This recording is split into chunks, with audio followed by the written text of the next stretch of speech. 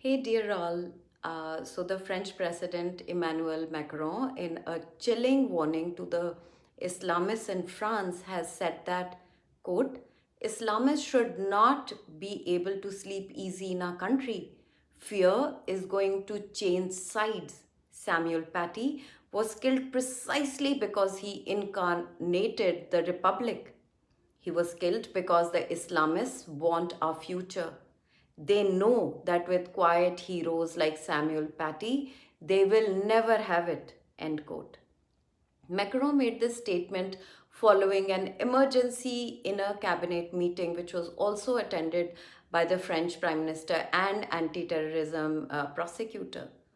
Following the beheading of the teacher Samuel Paty, France has started a serious crackdown on radical Islamists in the country. President Macron ordered swift action to counter radical Islamist propaganda online. In a speech on the subject, Mr. Macron said that the influence of Islamism must be eradicated from public institutions. Quote, what we must attack is Islamist separatism. Secularism is the cement of a united France. End quote. Calling radical Islam both an ideology and a project that sought to indoctrinate children, undermine France's values, especially gender equality, and create a counter society that sometimes laid the groundwork for Islamist terrorism. Mr. Macron also recognized that France bore responsibility for letting that ideology spread uncontested. We built our own separatism ourselves, he said. The French Prime Minister tweeted, you do not scare us. We are not afraid. You will not divide us. We are France. He added, other actions will follow against networks and individuals who are attacking our basic values and the Republican ideal. The education minister said, it is absolutely important to show our mobilization and our solidarity, our national cohesion, and called on everyone to support the teachers. Paty was beheaded by an 18-year-old radical Islamist with Chechen roots for showing a cartoon of Prophet M during a class on freedom of expression. The killer was a refugee, and he, along with the members of his family, had sought asylum in France. Following the class, the father of one of the students is said to have issued a fatwa, an Islamic death edict against Paty. The father also posted 3 videos on social media to create some sort of a mob frenzy calling for action against Paty. Samuel Paty has been posthumously awarded the Légion d'honneur, France's highest honor, for his bravery. 51 Muslim aid organizations will be targeted by the police this week, and some would be dissolved. French police raided the homes of dozens of suspected Islamist militants. The swoop on Islamist networks was designed to send a message that enemies of the Republic would not enjoy a minute's respite. Over 80 investigations have been launched for online hate speech following the attack. French authorities have also said that they would pursue the authors of some 80 online messages of sympathy for the killer. France is set to expel 231 suspected extremists after this attack. These steps come a day after tens of thousands of people took part in rallies countrywide to honor the slain teacher and to defend freedom of expression. 11 people are being held over the attack, including a known Islamic militant and the father of one of Mr. Paty's pupils who had railed against him online and called for his dismissal. The measures include placing stringent limits on homeschooling and increasing scrutiny of religious schools.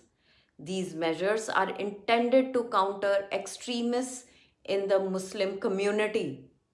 Also, the widespread practice of bringing over foreign imams to work in France, where they are often accused of preaching an outdated and extreme version of Islam, would be ended.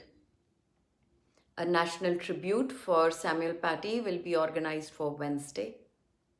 Please compare this French pushback on a heinous Islamic act to what happens in India. The reaction to the radical Islamic, carefully planned beheading of Samuel Paty in India was to call it an act of lone wolf. And one deranged one will spoil the name of all, even when we know that over 11 arrests have been made. To understand how such a murder would have played out in India, we need to look no further than Kamlesh Tiwari's case. Kamlesh Tiwari, a Hindu leader, was shot dead by two people inside his home cum office in Lucknow. The killing was said to be a revenge for remarks that Kamlesh Tiwari had made in 2015 against Prophet M. In spite of a fatwa on his head, his protection was drastically reduced by the government. Today, his wife is receiving threats and yet has to receive any special assistance from the police. Over 1 year after his gruesome murder, absolutely no lessons have been learned and absolutely nothing has changed to protect us from radical jihadists. There is no clarity on illegal immigrant situation. Jammu is in a worrisome situation with huge numbers of violent Rohingyas settling there.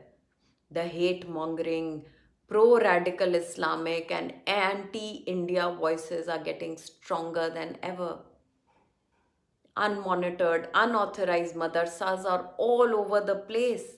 In Uttarakhand, there were 261,800 madarsas where many students used to receive scholarships from the state government. When the state government asked the bank accounts of the students to be connected with their Aadhaar cards, 88% madarsas disappeared along with their students. 14.5 crores of scholarship that were paid is now reduced to 2 crores. Please remember that even today the government has no clue as to what goes on in the madarsas by way of a curriculum. In a letter to the President of India, Mr. RVS Mani, a whistleblower from the Ministry of Home Affairs, wrote about the cases where the judiciary has given priority to people like Yaqub Menon. He wrote, quote, "You may recall that after the mercy petition had been rejected by your august office, the Supreme Court heard a curative petition in the wee hours of the morning. Such privileges are not extended to common law abiding citizens of the country. It is also a mystery why these courts prioritize these cases when there are close to 50,000 pending cases begging for the finality by the Supreme Court. There are several cases repeatedly happening in this country where the human rights of criminals, conspirators, terrorists, Naxals, and other persons inimical to the interest of the country are repeatedly protected to utter dismay of the public at large. In this context, the government has admitted that such anti national activities are being, amongst other things, planned, perpetrated, and funded by forces across the border, sleeper cells of ISI, and other agencies. The question which is agitating us is whether these sleeper cells have compromised their lordships. End quote. I would like to share here that there is a fatwa on Mr. RVS Mani's head too, because he exposed the truth about Ishrat Jahan and the myth of Hindu terror, and as far as I know, he receives no protection. So, this is the scenario in India. The government has turned a blind eye to the growing danger of Islamic radicalization, and the judiciary is non responsive at best.